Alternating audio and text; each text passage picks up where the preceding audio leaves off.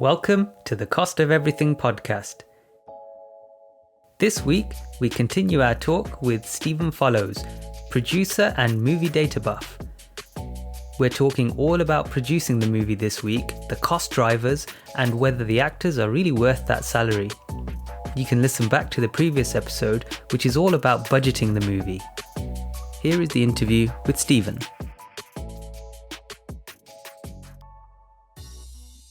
Let's go into production now. So the movie's being given the go ahead, and I know sort of the sort of commoners like me, we know about what some of the costs are likely to be as as moviegoers. We know that there's stuff in like set design or special effects and wardrobes and actors' salaries, of course.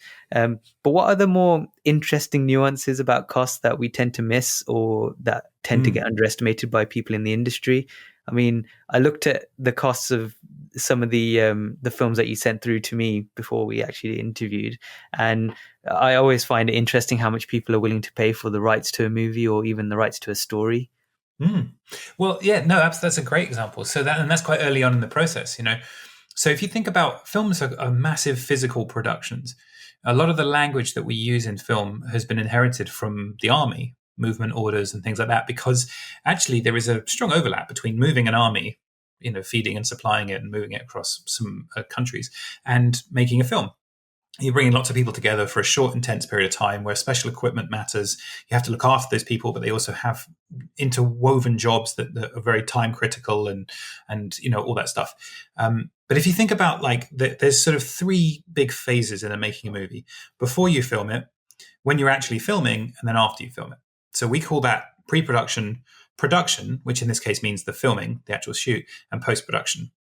And pre-production it's less time critical. It is time critical because you're moving towards a shoot, but in the very early stages, you're writing a script, and hopefully you're spending as long as you need to get it good, and you're thinking about who could be in it. So there's less time pressure. And those costs tend to be generally not that high, but some of them will be high. Like you said, if you want to adapt a book, you've got to do a deal. But the industry has got quite good at working out how you tackle that challenge. So the challenge being, you want to license a book or an existing franchise or something like that, but you don't want to just spend the money. You don't have the money, and also the film might not get made. Lots of films almost get made or get half made or whatever.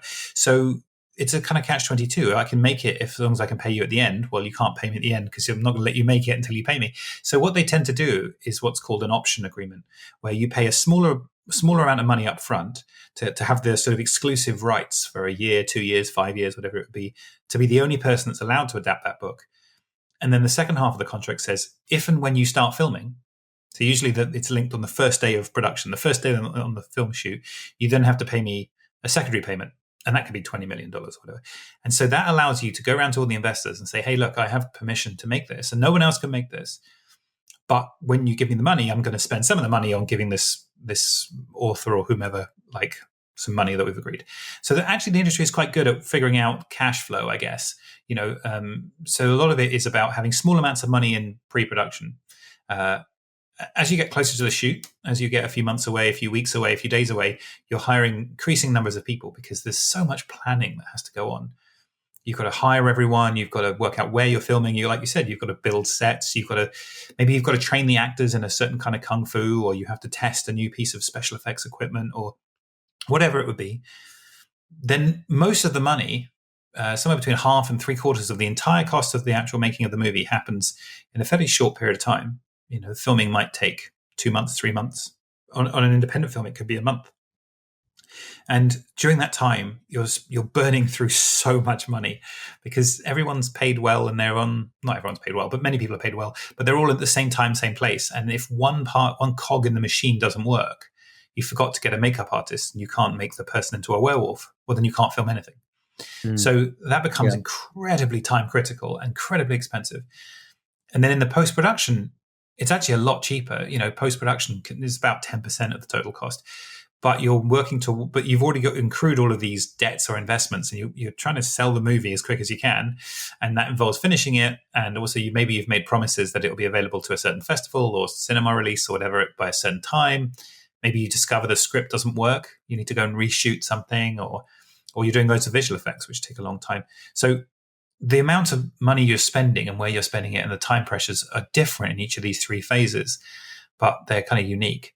And as for the kind of surprising costs, it's so interesting when you look on screen. Some costs are so visible. You see Jennifer Lawrence and you think, wow, she must have been paid well. And she almost certainly was. And you see a huge explosion. And assuming that you think it's real, actually, no, even if it's not real, even if it's a visual effect, it's still a complicated visual effect. So even if you don't know how much it costs, you're like, well, that's expensive. We can tell the difference between a cheap film and an expensive film, or the difference between EastEnders and a Michael Bay movie. But there are so many costs that are behind the scenes that you don't see. One is the one that you've already said, which is the provenance of the creative idea, who paid to whom to get there. But also, one of the biggest costs that people, not biggest in overall percentage, but bigger than people think, is transportation. It's a very sort of boring, uninteresting thing, but is absolutely vital. You've got to move everybody to the set, and if you're filming, let's say you've got one scene, a short scene in your movie, but it's absolutely critical, and it happens in the middle of a forest, and there's no way of faking it. Right? You've got to be in that forest. You can't afford to build a fake forest, or you can't do the visual effects. So you've got to be in a forest. Right. So you find the right forest. You've got to pay permission to be on the land, which isn't going to be huge, but there's no rate card for that. So hopefully your film can be in a generic forest, so you can find a few options. But then you've got to transport, and you need to film all day. You need to transport everyone to that forest. And if it's like a 1 hour drive from the nearest hotel, you've got to bring everybody to the hotels the day before.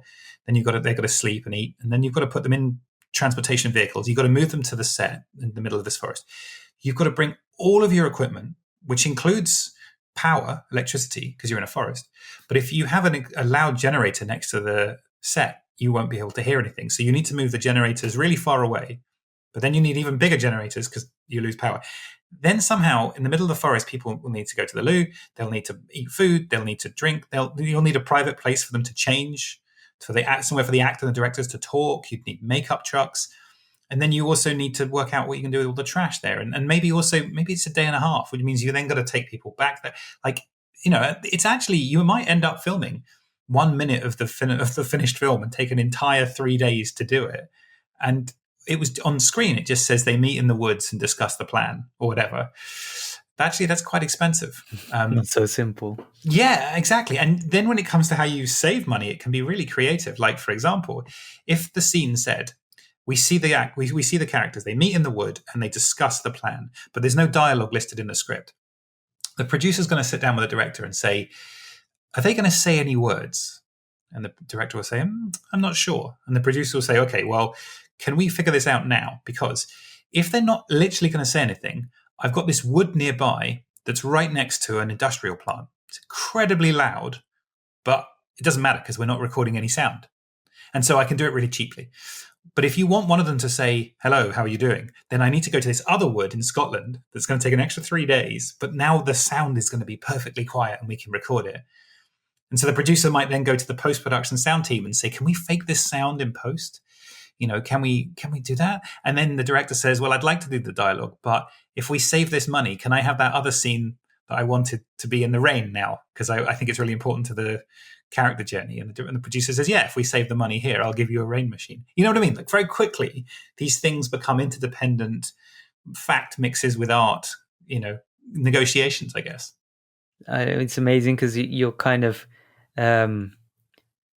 going away from the illusion of the film in the final film that we always tend to see. And you're then breaking it down into, not in order to create the illusion, but actually just to physically produce or create that scene. And I don't know, when you mentioned sort of being in the woods and doing all this sort of traveling and doing all this stuff and how arduous it could be, you just reminded me of The Revenant and and how much of a pain that must have been to film, and how much of a cost it would have been to film each of those scenes. But I think the other thing is what you talked about in terms of the structure there of how costs might be broken down into different phases. So the pre-production, production, and post-production. Yeah, that's right. Just reminds me of sort of major construction projects, because you go through this phase of pre-construction where you're getting all the planning permission and getting all the setup and working out a proper plan for how much things are going to cost and getting the design finalized and everything. And then you go into production, which is where you spend all your money and trying to physically build everything. That's where all your materials go in. That's where the labor is to make things happen. It's where your suppliers have to be there in the right time. And if even if you're building a house, for example, if the windows aren't there when you need them to be there, then you're not going to have your house watertight, and you can't start doing everything internally. So it really knocks everything out. So timing is important. And then post production, which in sort of construction world is, I guess, is commissioning. If you discover something that isn't right or that you need to change, the cost to go back and change something in terms of time and before you actually can start using it, it's almost like, well, that's where the major things have gone wrong, because you haven't picked it up early enough and you haven't prepared for it. I mean, try moving the building 4 foot to the left, once it's been built. But on paper, it's easy. I mean, it's a really great analogy, because you think about what architecture is. Architecture is the confluence of art and reality, art and physics, I guess, in the sense that the building has to stand up and it has to be affordable, but it also, in some degree, has to be beautiful. They have to think about how humans are going to flow between it. And it's a very similar process. And the once you start laying concrete, you can, once it hardens, you can chip it away, you can dig it up, but it's way, way, way more tricky than just flowing it into a different place, or even better, deciding the day before not to do it or to get it right. And I think, I would hope, and I got to say, I only hope this because I don't know. I would hope that architecture and building and all that kind of industrial stuff has a better success rate than the film industry, because I think half of all Hollywood films don't turn over a profit. And I think most people would agree that not enough of the films that are out there are good enough. I think we can leave it vague like that. They're not all slam dunks. And whereas I would like to think almost all buildings, if not all buildings that are built, aren't going to fall down. It's really fascinating, and I'm sure we're going to talk about sort of success criteria a bit later on, hopefully. And it is interesting, again, to link that analogy, and you just reminded me of all this stuff in terms of architecture and Vitruvius, who's like the ancient architect in Rome, and how he came up with these 3 fundamental principles about fit, form, and function. I can't even remember exactly what it was, but beauty as well. Beauty in there, and so, but what's quite interesting is that it does all kind of interlink quite a lot, and your success criteria isn't necessarily have you made a profit, is does it function the way it's supposed to function? Does it satisfy a particular need? And sort of the success criteria that you start out with might not necessarily be how it's received, but then the criteria then changes. So it might be received as successful, even though you weren't basing that success on that criteria. So the one that I like to think of is like the Olympic Games. So the London Games, where the cost did go up. They went up and up and up. But in the end, it was based on the success of the games. Did you execute the games when they needed to be done? Did people enjoy it? What's the legacy of it? How people have perceived it? And it tends to have had quite a successful. There's quite a lot of successful perception around it when you compare that to sort of the Tokyo Games that have just gone by, which weren't perceived as particularly successful just because of the times we're living in. Like the costs went up and up and up, and we're in the middle of COVID, and they decided to do the games anyway. Yeah. So it's there are things that when you conceive these, they won't be seen as, that won't be the reason why they're successful. Like cost is obviously intrinsic to it because you don't want to go bankrupt from doing it. But some people are just like, well, it's not about the money, it's about what you create, and that's ultimately what's important. So again, it depends on the success criteria that you then use. And again, I don't want to dive into that yet because I think we've got some debating on that to go into definitely later on. And then there's other aspects to, I guess that's more towards post-production that I'm gonna cover that. But are there any interesting things that if you don't kind of keep an eye on them, even though they're small or relatively small costs, they can really drive the overall cost of the production? So not necessarily the big ticket stuff that we see. Yeah, I mean, it's interesting because there's sort of 2 types of slippage if you think about it from cost perspective. So one is that if you're supposed to film 3 scenes in a day and you film 2 or even 2.5, you have to come back the next day. And let's assume it was supposed to be one day in the forest. That's a massive disruption. Or if you, my office used to be in Ealing Studios, and in Ealing Studios, they had the interior of the Downton Abbey sets built, and they would sit there for 6 months because they knew that they were shooting a huge amount of it. And so they'd use it as wet weather cover. So it's raining and they're supposed to be outside somewhere, so outside some stately home. They'd say, oh, look, it looks like rain tomorrow. Let's go and film that other interior scene that we were planning to next week, but let's do it now because the sets were sitting there. And so that was a very clever way of being cost effective. Whereas if you hadn't had that buffer, if you can't use the crew for something else, like if you imagine having 100 crew, hugely expensive, taken to a place, sitting there under umbrellas waiting for it to stop raining, that's infuriating and expensive. So the one type of cost that can really spiral is a chain reaction, the domino effect of the actor forgetting their lines, which means you can't film it today, which means you come back tomorrow, blah, blah, blah. The other is that you've got to be quite careful about being even a few percentage points off, because we're talking about big numbers and we're talking about a short period of time. So if you're at the end of day one, let's say you're filming for 60 days, it's a long time, but let's say day one, you realize that you're 2% over on budget, on your production budget. That doesn't sound like a lot. But then if you're going to spend 10 million, 2% is suddenly a lot, especially if you don't have it. And especially because you can't not pay your bills. You know, what are you not going to pay? These people are going to chase you. You can't, you know, you've got to pay them. And crucially, not only do you have to pay them in a moral and legal sense, you also have to pay them in a sense that if someone sues your production and says, I'm the actor, I was not paid, therefore you don't have permission to use my performance, that can scupper every deal you've done for it to be shown in cinemas or on TV or online. And so there is a contingent problem here where one little thing spirals into this thing and to that thing. And there are interesting mechanisms with how the industry has coped with this, because these are problems that existed with the way movies were made 100 years ago. So we haven't been able to eliminate these issues, but it is interesting how we've adapted, you know, the evolution of it. And one such thing is called a completion bond. And a completion bond is a type of insurance. So it's an insurance that the investors get. The investors don't pay for it themselves. It comes out of the budget. But it basically, the completion bond company says, okay, I will make sure as the bond company that this film gets shot on time, on budget, and is the same as the script.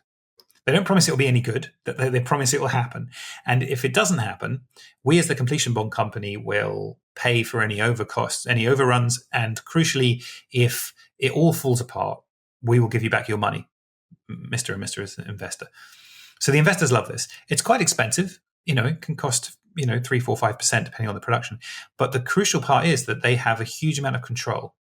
So the way that they execute their job is that all productions get completion bonds, all productions that are not tiny who can afford it. And in the vast majority of cases, it's a very boring thing that doesn't matter, like your home insurance. Your flood insurance isn't touched, isn't used.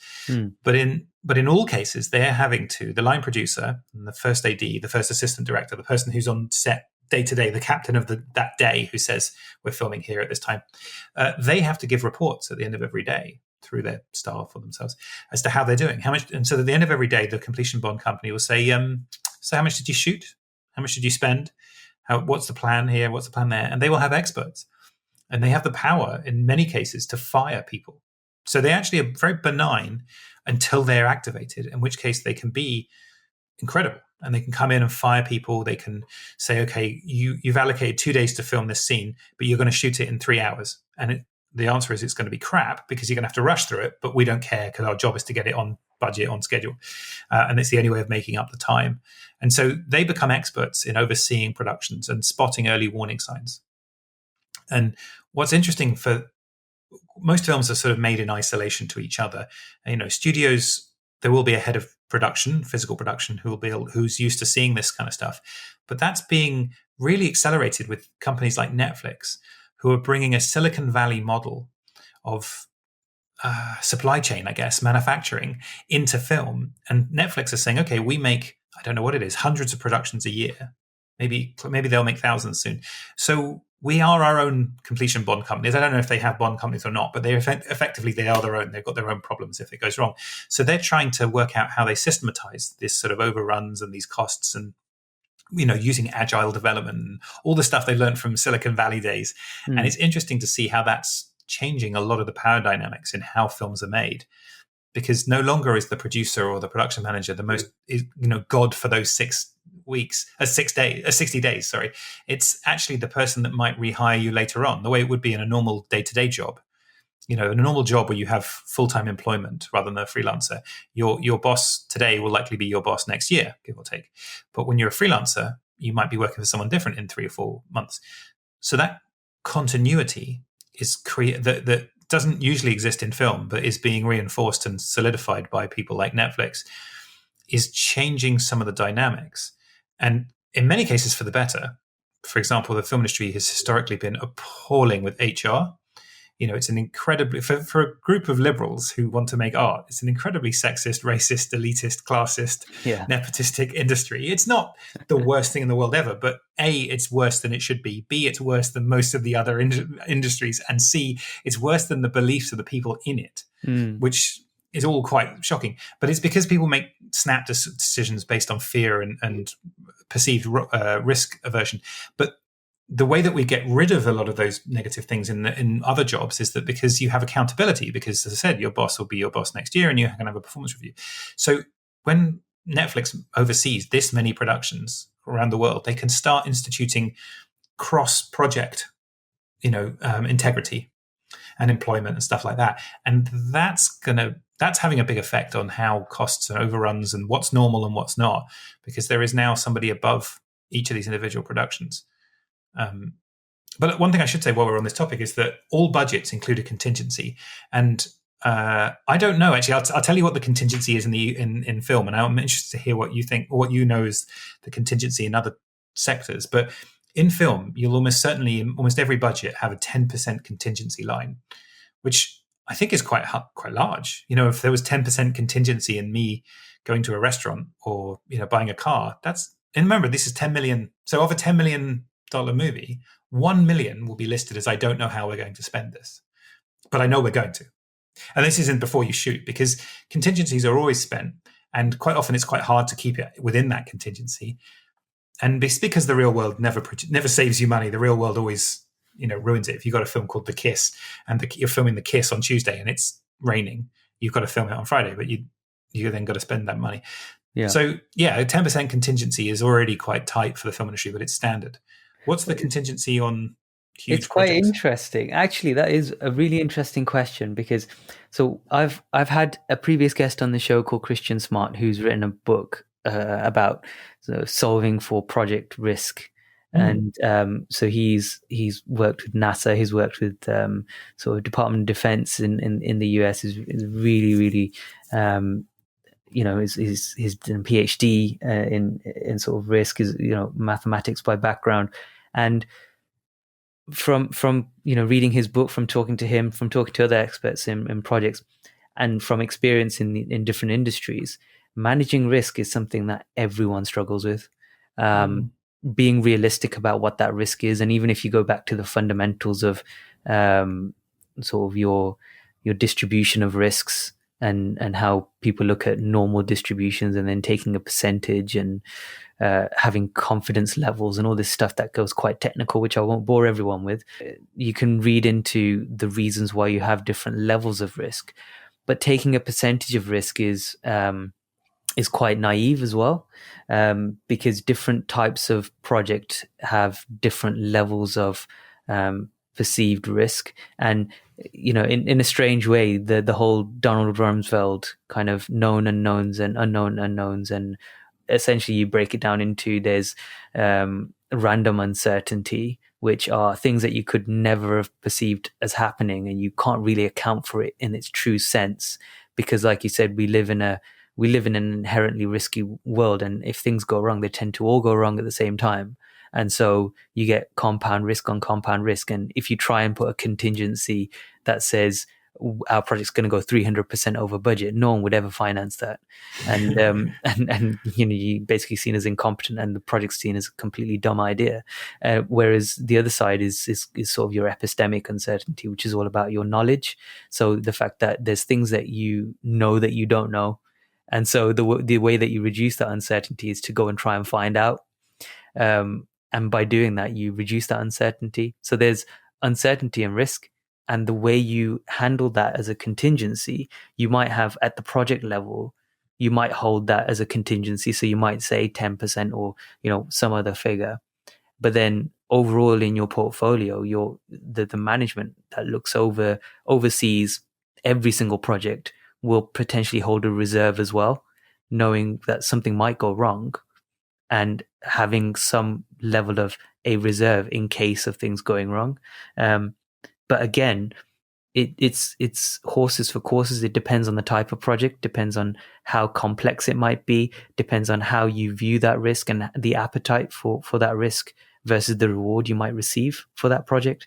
And so you would hold that contingency in different ways. So, but I find it fascinating that in terms of understand, and again, this is quite broad actually, because holding a risk of 10% and then knowing that you're going to eat into it, it's like, well, that's not really a contingency then, is it? It's just part of your budget. Well, exactly. And it's interesting because it's not reached 10% because that's the objective correct figure. It's what everyone has accepted.